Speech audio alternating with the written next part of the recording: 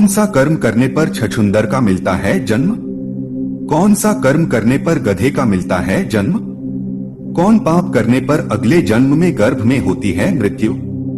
पराई औरत के साथ दुर्व्यवहार करने पर किस योनि में होता जन्म? छलकपट करने वाला व्यक्ति या धोखा देने वाले व्यक्ति को अगले जन्म में किस योनि को भोगना पड़ता है? गुरु और बड़े भाई से गलत आचरण करने पर किस योनि में होता है जन्म? मित्रों, इसी प्रकार के 21 कर्म और उसी के आधार पर मिलने वाला अगला जन्म हम इस वीडियो में चर्चा करेंगे। मित्रों, अगर इसी प्रकार के सवाल आपके मन में हैं, तो यकीन मानिए आप सही वीडियो पर क्लिक किया है। इन सभी प्रश्नों के जवाब आपको इस वीडियो में मिलने वाले हैं। बस आपसे एक ही बात कहनी है कि आप इस वीडियो को पूरा देखिएगा। मैं दावा करता हूं आपको यह वीडियो बहुत ही अच्छी जानकारी प्रदान करने वाली है।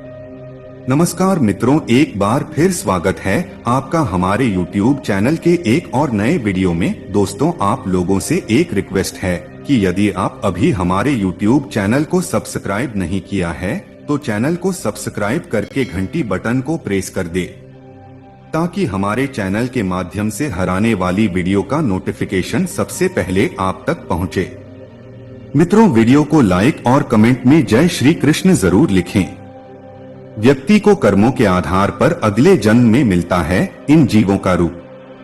गीता में लिखा है कि मृत्यु के बाद केवल शरीर नष्ट होता है, लेकिन आत्मा कभी नहीं मरती। आत्मा पुराने शरीर को छोड़कर नया धारण करती है। कुल 84 लाख योनियों के बारे में गरुड़ पुराण में बताया गया है। सबसे श्रेष्ठ योनि मनुष्य की होती है। गरुड़ पुराण में कर्मों के आधार पर जन्म लेने वाले योनि के बारे में बताया गया है। यानी मृत्यु के बाद आपका जन्म किस योनि में होगा, यह पहले से ही निर्धारित है। क्योंकि आप अपने जीवन में जिस तरह का कर्म करेंगे, मृत्यु पश्चात उसी के आधार पर आपका अगला जन्म भी होगा। व्यक्ति को मृत्यु के उपरांत कर्मों के आधार पर स्वर्ग या नरक की प्राप्ति होती है।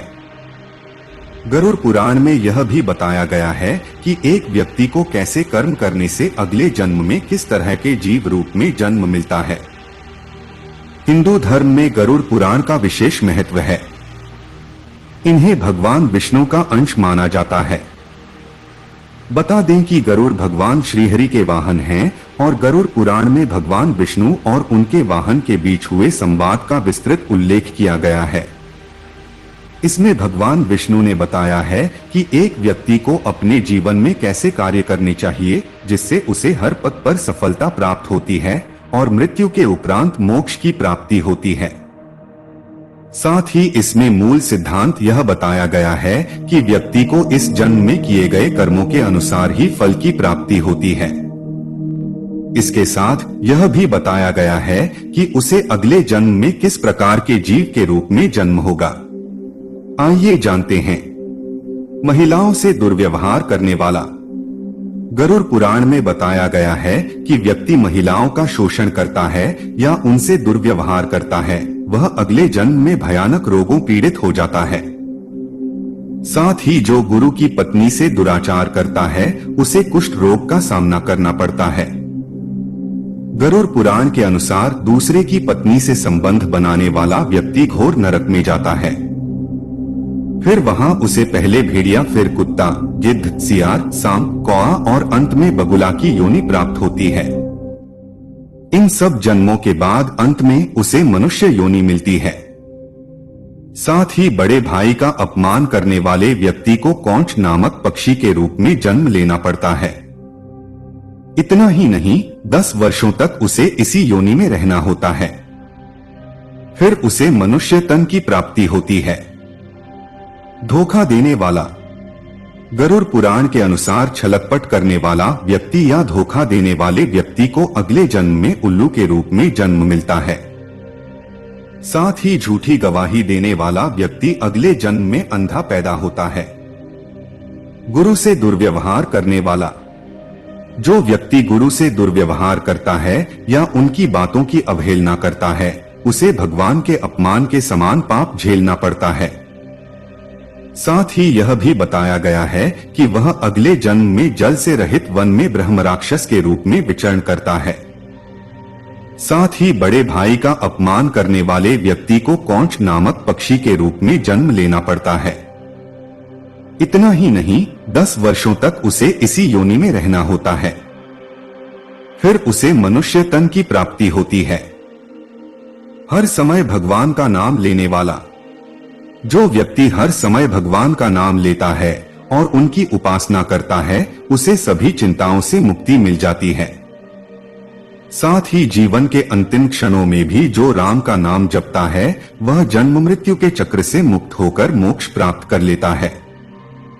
माता पिता या किसी अपने का दिल दुखाने वाले, उन्हें प्रताड़ित करने वालों को अगला जन्म जरूर मिलता है, लेकिन पैदा होने से पहले ही गर्भ में उनकी मृत्यु हो जाती है।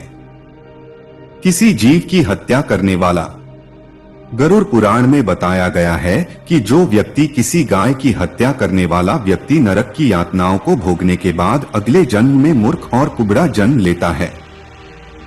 साथ ही जो शौक के लिए जानवरों का शिकार करता है, वह अगले जन्म में बकरे के रूप में पैदा होता है, जिसे किसी कसाई द्वारा बेरहमी से मार दिया जाएगा। पुराणों में बताया है कि धोखेबाज, कपटी और अपने हित के लिए छल करने वालों को अगला जन्म उल्लू का मिलता है। पशु पक्षियों को परेशान करने वाले व्यक्ति अगले जन्म में कसाई हत्थे चढ़ने वाला बकरा बनते हैं। गौ हत्या, भ्रूण हत्या, महिलाओं की हत्या करना महापाप माना गया है। ऐसा करने वालों को अगले जन्म में चांडाल योनि प्राप्त होती है। स्त्रियों का शोषण, उनके दुराचार करने वाले अगले जन्म में कुष्ठ रोगी बनते हैं। वहीं गुरु का निरादर करने वाला व्यक्ति अगले जन्म में नरभक्षी के रूप में पैदा होता है, जिसे जन्म से मृत्यु तक कई तरह के कष्ट झेलने पड़ते हैं। अन्न की चोरी करने वाला चूहा, जल की चोरी करने वाला चातक, शहद चुराने वाला मधुमक्खी बनता है। अगर कोई मृत्यु के समय भगवान का नाम लेता है तो वो मुक्ति के मार्ग पर अग्रसर हो जाता है। इसलिए शास्त्रों में कहा गया है कि मरते समय राम का नाम लेना चाहिए। इस कर्म से बनते हैं छछूंदर। वेदव्यास जी ने बताया कि चोरी करना हमेशा ही गलत है, फिर चाहे वह स्वर्ण हो या वस्त्र, इसके परिणाम भुगतने ही पड़ते हैं। उन्होंने बताया कि यदि कोई व्यक्ति वस्त्रों की चोरी करता है तो वह अगले जन्म में तोता बनता है। वहीं सुगंधित पदार्थों की चोरी करने वाले छछूंदर के रूप में जन्म लेता है। इसलिए कैसी भी परिस्थिति हो, लेकिन चोरी करने से सदैव ही बचना चाहिए। ऐसे कर्म करने वाले बनते हैं गधे। महर्षि ने बताया कि यदि कोई व्यक्ति किसी का कत्ल करता है तो यह जघन्य अपराध की श्रेणी में आता है। ऐसा कर्म करने वाला अगले जन्म में गधा बनता है। लेकिन यदि वह जिस शस्त्र से हत्या करता है उसी से उसकी भी हत्या हो जाए तो उसे मृग योनि मिलती है। इसके बाद वह मछली, कुत्ता और बाघ बनता है। लेकिन इन योनियों में भ्रमण करने के बाद वह मनुष्य योनि में जन्म लेता है। ऐसे कर्म करने वाले बनते हैं मनुष्य। वेदव्यास जी ने बताया कि जो व्यक्ति सदैव दूसरों की मदद करता है, पशु पक्षी और अन्य जीवों पर दया करता है, जरूरतमंदों की मदद करता है और निस्वार्थ भावना से संचित धन का उपयोग धार्मिक कार्यों में करता है, तो ऐसे व्यक्ति अगले जन्म में मनुष्य योनि में ही जन्म लेते हैं। साथ ही समाज में अच्छे कार्य करके दूसरों को लाभान्वित करते हैं। लेकिन धन के प्रति आसक्त मनुष्य अगले जन्म में सांप योनि में जन्म लेते हैं। दोस्तों, वीडियो के अंत में आप लोगों से रिक्वेस्ट ही है कि अगर आपको यह वीडियो जरा सा भी अच्छा लगा